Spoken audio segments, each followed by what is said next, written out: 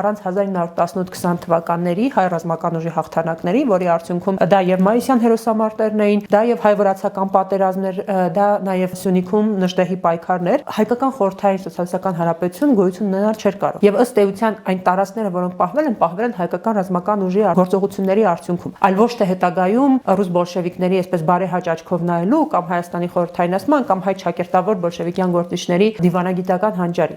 ինչը որ եւս շատ է շրջանառ։ Փաստ է, որ Սարդարապետի Բաշապարանի ճակատամարտի միջոցով հայ ժողովուրդը կարողացավ պետականություն կերտել։ Պատկերացնում եք, Արամ Մանուկյանը Հայաստանում իշխանությունը ձևավորել է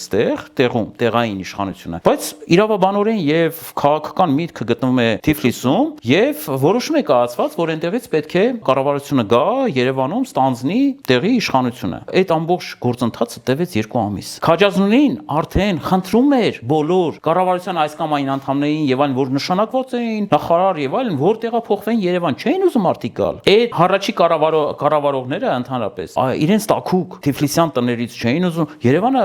գավառական շատ հետամնաց քաղաք էր, ոչ թվաքանակ ուներ, ոչինչ չուներ, մասշտաբ եւ այլն, ցեխի մեջ կորած քաղաք էր։ Տեղից շարժվեցին Արամ Մանուկյանի վերջնագրից հետո։ Տեսեք մտածողությունը մարդկանց։ Մարդիկ ինչ որ մի բան հայտարարում են, իրենց կա որպես հայկական գավառների տեր, բայց ենթադրում են, որ այդ գավառները պետք է կառավարեն իրանք Թիֆլիսում նստած։